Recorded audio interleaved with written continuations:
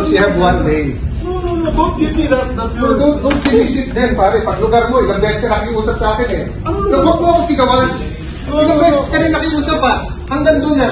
Nag-abroad ka ba eh? Anong gusto mo? Anong gusto mo? O, putang ina, gusto mo? O. Putang ina, sindak ka ng sindak dito eh. Bakit? Sisigawan mo ako ng pakialam mo. Wala akong pakialam sa puto dun eh. Sinabi mo yun. Interest mo lang iniisip ko eh. Gusto mo ipapa-50 ano mo kami? Sabi ko sa'yo, sabi ko, pare, baka pwede makiusap. This is too important. No.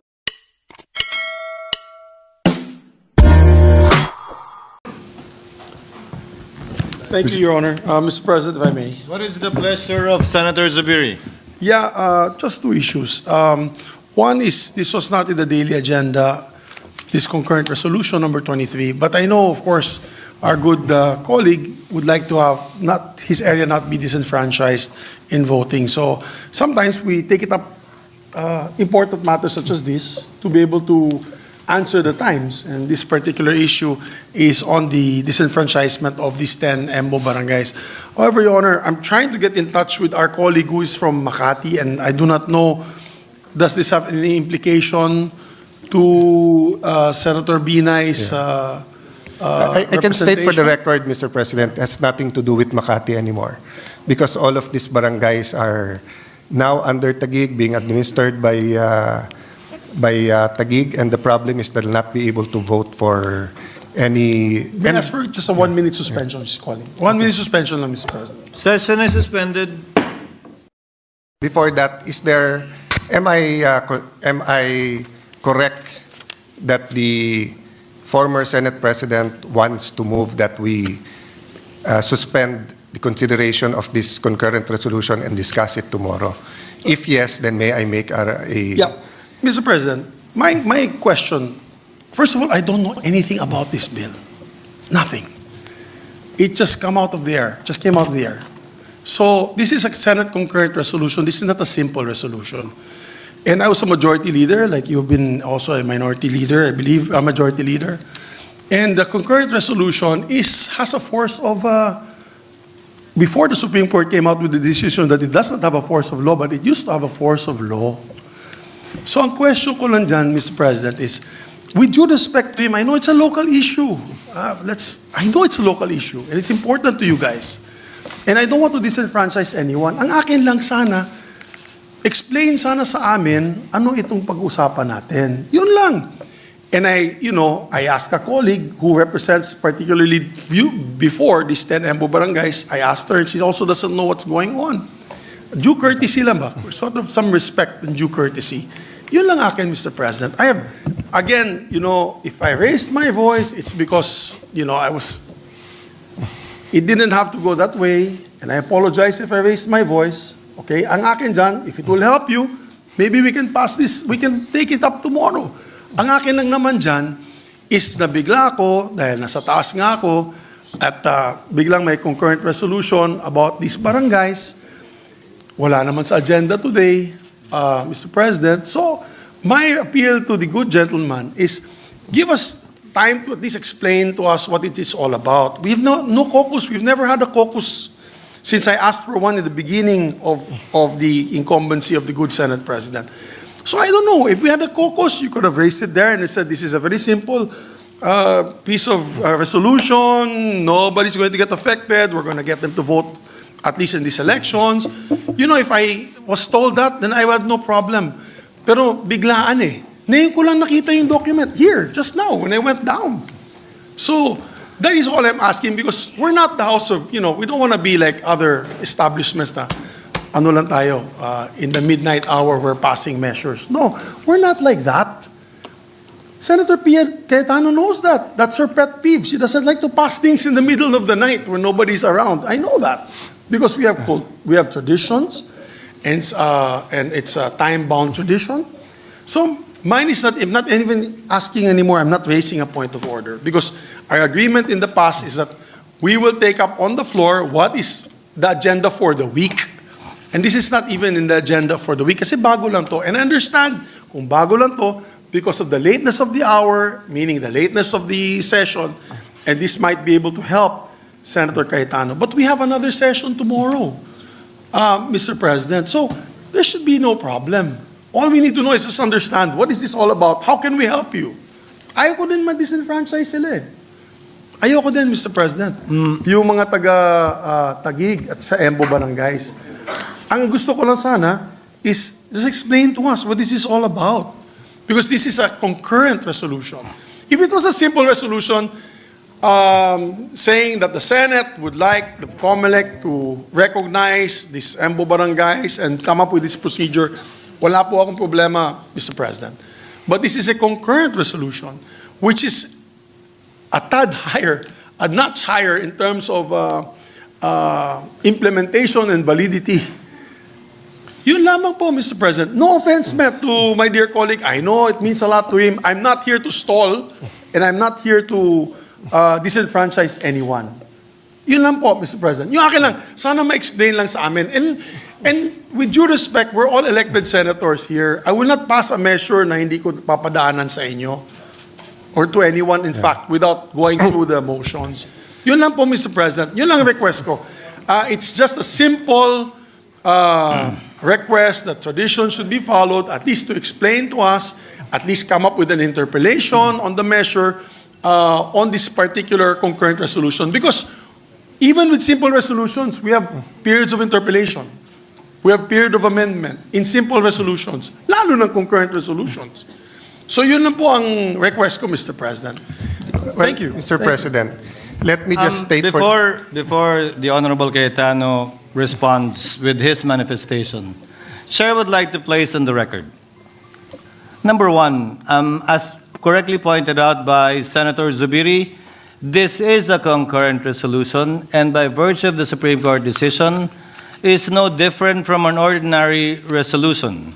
Hence, it does not have to go through 3 separate readings on 3 separate days. Number two, we did give due courtesy to Senator Nancy, even if this involves barangays that are no longer part of Makati, but because the chair thought it used to belong to Makati, we cleared it with her. I don't know if the statement of the gentleman was stated on the record that we consulted their administrative staff. The answer is no. We consulted the chief of staff named Christine and her head of legis named Isa, who according to them consulted the good senator about it, and the response was, she can confirm or deny the same tomorrow, it has nothing to do with Makati because it has everything to do with Taguig. Hence, we proceeded and clarified it with the minority leader, with the indulgence of the minority leader, given the urgency of the matter as raised by Senator Cayetano. Just to place that on the record. Senator Cayetano. Yes, Mr. President, thank you for clarifying that, because I just like to put on the record, this is my 3rd term as a senator. I've been a majority leader, minority leader. Never po ako nagpalusot ng kahit anong bill sa kahit anong oras. I know my responsibilities here. I know the rules. Lahat naman tayo hindi perfect. Siguro ilan lang sa kwarto na to, and mostly they're from the staff, ang memorize ang rules, no? Kaya nga makikita ng mga taong nanonood ngayon, lumalapit pa kami dyan sa harap or dito sa gilid sa staff kapag ka magtatanong sa rules, because may precedents yan, rich na yung history. Now, we did not violate the rules because the joint resolution, the concurrent resolution was filed yesterday, and unlike before that it was treated like a with force of law, dinadaan po natin yan in a process that's like that. But after the Supreme Court decision na sinasabi it's like a resolution, it's the sentiment, yung kalooban ng House at Senate, we treat it like any other resolution. The person objecting now was our former Senate President. He knows naman that you do not go to all 24 senators. You go to the minority because you're part of the majority. And I did go to the majority last night pa. Last night, the Senate President advised me to talk to Senator Nancy, and due to some recent misunderstandings, he offered na kung gusto mo, ako nakakausap. And I waited all day long until nga mag-respond yung Chief of Staff niya. So, it's not just an emotional issue. It's not a local issue. It's an issue of constitutional importance, the ability for people to vote. The good senator, Senator Zubiri said kung i-explain lang sa kanya. Kaya nga ako lumapit sa kanya sa harap eh. Sabi ko, gusto mo explain. Sabi niya, bukas na. Sabi ko, I don't wanna take the risk. Nakita nyo naman yung mga ulan ngayon, kung bumagyo bukas at mag-adjourn tayo. So, walang taga-Embo na pwedeng tumakbong congressman. Walang pwedeng bumoto. This is a 5-page resolution. Very easy reading. I'm ready now to answer any of his questions or questions ni Senator Binay. If he apologizes for raising his voice, me too. I mean, I know it's still emotional for him. That's why ilang beses na nagsisigawan dito, never ko siya in-approach, never ko siya kinontra. Nakaupo lang ako dyan sa harap, or dito, or dun sa tabi ni Senator Tulfo. Tumatabi-tabi lang po ako. But that's why I humbly came to him kanina while he was on the phone with Senator Binay and said, can I explain this to you? Pwede ko ba i-explain sa'yo? Kung may question, so let's not come here and say na, hindi, bukas na to, ipaliwanag lang. I'm ready to explain it to him now. It's a very simple resolution. It's very simple. They are allowed to vote for mayor, vice mayor, councilors. Each and every one of them. But the COMELEC said they are now Taguig and they're not under Makati under the Supreme Court decision. At sabi ng COMELEC, you cannot vote for congressman. So, Congress is left with two things. Doing nothing or telling the COMELEC, if you ask us, you should let them vote and these are the districts. What's my basis for this is the districts? Both the official statistics and the hearings of the Sangguniang Panglungsod of the city of Taguig. It's that simple. This isn't a complicated bill. We all know naman pag nag-file tayong bill, your office takes judicial notice once it's read in first reading. So kahit ito'y concurrent resolution, may first reading to.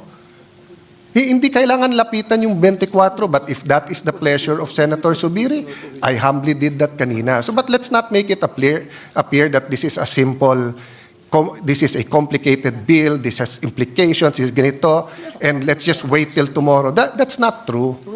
Diba? The resolution is there.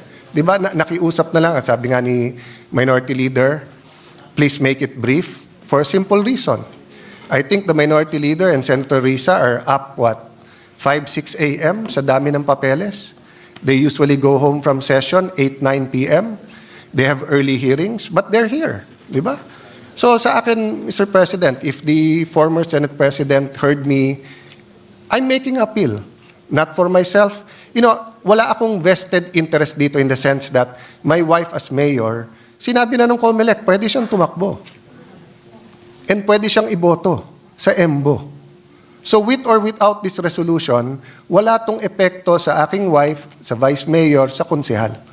Ang epekto nito, wala rin sa kandidato naming congressman. Because with or without this resolution, yung kakampi naming congressman ay tatakbo sa District 1 at District 2, yung kapartido. Wala rin itong epekto sa katunggali naming congressman. Because with or without this resolution, tatakbo sila. Sino maapektuhan dito? Yung more than 200,000 na qualified sa EMBO na gustong tumakbong congressman at yung gustong bumoto ng congressman.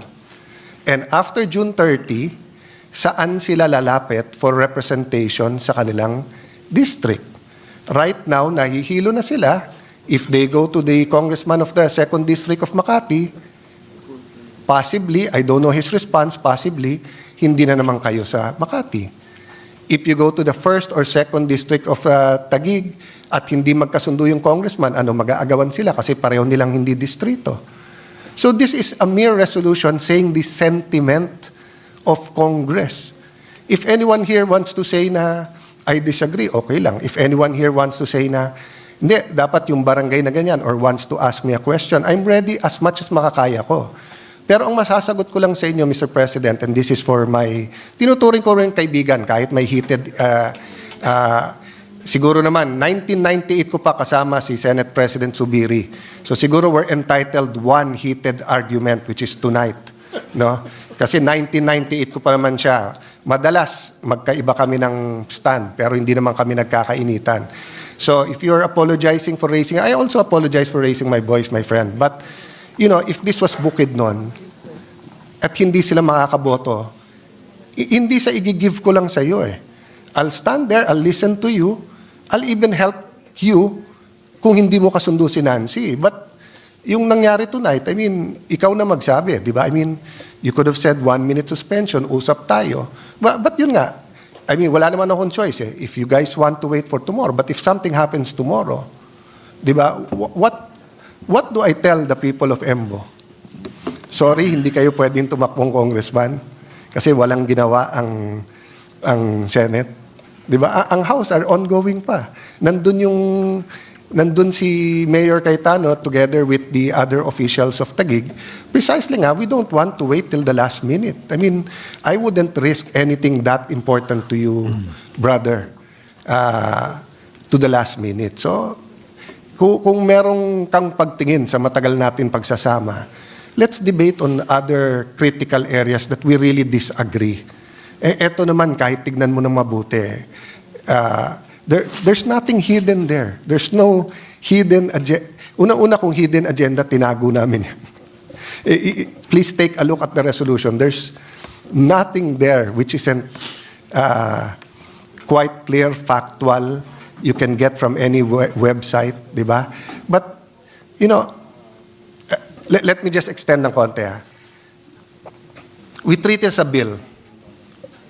You call all the barangays. You call the COMELEC. They'll tell us everything we want to know na. We prefer a 3rd district. Gusto namin sa Taguig 3rd district. Bakit hindi? Madadagdagan kami ng congressman. Ang problema nga, may moratorium at hindi na aabot ng October 1 to 8. Di ba? Oh. So, what's the other option? The other option for us now is wag silang pabotohin. That will be the first time in Philippine history na meron taong bawal bumoto sa kanyang congressman. Meron nga tayong bill na yung overseas voting, payagan na rin sila sa local eh. Kasi sa ngayon, di ba, President, Vice President at Senadors yung absentee voting. May bill nga tayo na pabotohin sila. Eto na sa Pilipinas eh. Hindi makakaboto. It's not your fault, it's not my fault, it's not the Binay's, it's no one's fault because yung timing and circumstance ng Supreme Court decision and yung pleasure ng House na wag magdagdag ng miyembro. Some of them feel we're an exceptional case at dapat payagan. Hindi namin brinaso yon. And even if hindi, kung kusa sa loob nila magpasa ng 3rd district, hindi na kaya in 1 week. What will we do? Pipilitin natin by December or January na magpasa ng 3rd district. In the meantime, all the candidates in that area will know what to do. There will be no discussion on the issues, whether local or national. Diba?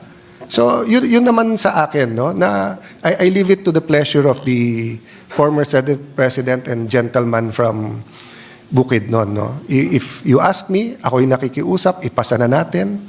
Since walang masasaktan dito. Kung may makita kayong masama tomorrow, you can move to recall it. And the other members will be here. Oh. Kung may mangyari tomorrow for one reason or the other at hindi ito mapasa, how do we answer our constituents? Constituents, binoto rin naman tayo nung kanya-kanya nating lugar eh. Di ba? So, maybe that would be acceptable to him, that we pass it. If they see something wrong, tell me, ako mismo mag-move to reconsider, then we will discuss it. Nandito naman siya. Any member who's here and voted for it can move for the reconsideration. May I ask for a minute suspension, Mr. President? Session is suspended. Viri is recognized. Yeah, thank you, Mr. President. After deliberating with the good sponsor, no, I just wanted to find out, because initially I thought it was a creation of a new district, like an EMBO district, which is clearly we can't do. It has to be a creation by law. So these are the things that I wanted to learn more about before the actual filing. So at least now I was able to consult with the good gentleman from Taguig, and it's a clarification that we're not creating a new district. It's just trying to asking the COMELEC to try to absorb the other, these 10 areas in the other 2 districts. Is that correct, Your Honor? So, is that correct, Senator Cayetano? Yes, it's correct, Mr. President and former Senate President, na, as I said, no, we're trying to make the best of a very bad situation. In one sense, they're not part of the 2nd District of Makati, but they're also not part of any other district, and there's no time, and we're not sure if a 3rd district. So what we're saying lang is ipasok sila proportionally and contiguously to the existing District 1 and 2 of Taguig. And since the House have a present representative of District 1 and 2, then if they pass it, then now you will have the City Council, the House, and the Senate just giving the COMELEC a sense na dapat pabotohin sila. Yeah. With that explanation, Your Honor, Mr. President, and knowing fully well that this is a resolution, it's like a sense, ika nga, ng Senado, a sense of Congress, because it's a concurrent resolution. Then I actually did not interpose any objections, Mr. President. I just wanted to, for the good gentleman to clarify with me what this concurrent resolution is all about. That's all, Mr. President. Yeah. Sir And President, I interposed no objection. Sir President, just for the record, sa elevator lang nagyayabang ako sa staff ko. Sabi ko, sa lahat ng Cayetano, ako pinakamalamig ulo. Kasi mainit na ulo ng ate ko kanina. And yung dalawa kong kapatid, madali ding uminit ulo. And then uminit ulo ko ngayon. So I apologize to everyone, including Senate President Zubiri. Technically, may excuse ako kasi I'm on steroids dahil hinihika ako ngayon. But it's still no excuse. So pasensya na kayo. Me also, I apologize for my behavior, Mr. President. I mean, we've known each other since 1998. We have together known with each the other good Senate since President. 1998. Yeah, so... And while we're in the spirit of asking for apologies, Chair would also like to apologize for the lateness of the hour. Yeah. So, with no objections Yes. from Senator Zubiri, may I now recognize the Majority Leader. Majority recognized for his manifestation and brief remarks on the same. You may proceed, sir. Mr. President, Mr. Minority Leader, Mr. Majority Leader, in behalf of the people of Taguig, who is very grateful first to God, secondly, to all those who were involved in a almost one generation of a legal battle into, making Taguig whole in such a way that all of its former territory would be now together as one community and one city. And in thanking my colleagues who are still here, it's almost 9 p.m., and giving me the chance to sponsor and give brief remarks about this concurrent resolution. We were left with a problem, as you know, despite the strict rules of the Supreme Court against a second motion for reconsideration, and after that, I think it's of public record naman kung ano nangyari, yung dates ng final decision, yung mga struggles hanggang ngayon ng mga kababayan namin from EMBO.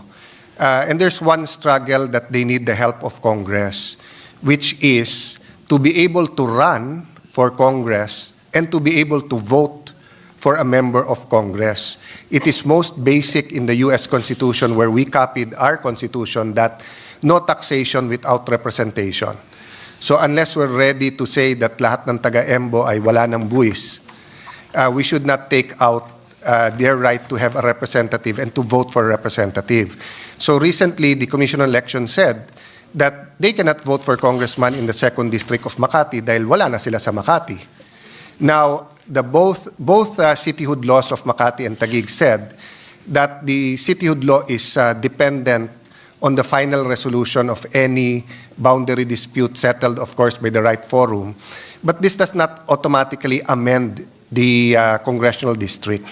So this concurrent resolution is meant to guide the COMELEC, meant to give them an option, meant to express the sentiments of the sovereign people through the House and the Senate.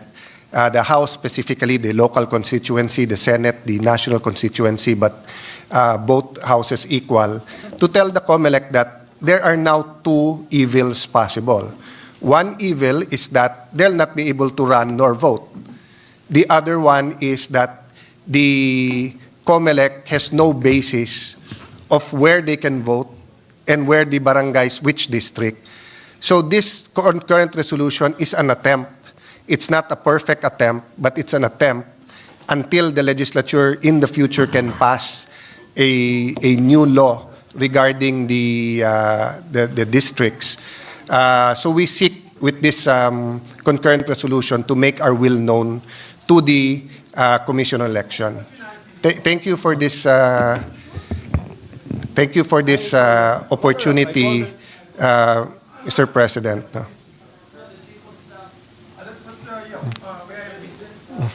Yes, with due respect. Patapusin mo na muna si Are you done? Are you done? So Mr. President, Tawagan mo na, Meg. You know- I confirmed it with him. yeah, I'm just saying, Mr. President, that a little over 300,000 people and the number of voters is just on the resolution. We cannot do nothing. So I know some of our colleagues have, sa Tagalog, parang agam-agam. Even sa hearing ng City Council, I sat in, listened to our kababayans from Embos and other barangays. And, you know, we're all searching for the perfect solution. And the reality is that in this Congress, nagkaroon ng moratorium on new districts. And nangyari din po na yung time element, kasi filing na ng candidacy ng first week of October, no? So this resolution, if this was the House, it's simply a local bill. So it has to do with Taguigueños. But in the Senate, of course, it is the wider issues, and the issue here is very basic. It's representation. It is suffrage. No? So, Mr. President, I know there are a lot of questions. I tried to answer them myself, did a lot of legal research. I am confident the House Legal Department, who's also doing their research, will find that everything is in order. But let me reiterate, no, any solution is better, as long as, of course, it's a good solution. No? Any good solution is better than doing nothing. And, you know, with 1 day left till the session and then a few weeks till the voting, you know, the people of the Embos will be very grateful that we gave them the choice, di ba? Sinong gustong tumakbo at sinong gustong nilang iboto. Sinong gusto tumakbo, sinong gusto iboto. Let me lang reiterate, Mr. President, wala nang problema po sa mayor, vice mayor, councilors because nag-statement na po ang Commission on Election that they can vote for the councilors and the vice mayor and the mayors. And in fact, adjustments have been made to make sure they have representation sa population nila. So it's really the congressional district ang problema. And you know, you cannot have a caretaker for a district that doesn't exist. So meaning if today ang filing may mag-file for District 2 ng Makati, may mag-file ng District 1 and 2 ang Taguig, in limbo or, you know, it's like they will be outside the Philippines, no? So I hope our friends will take our word for it that we consulted the members who are not here in passing this resolution. Thank you, Mr. President.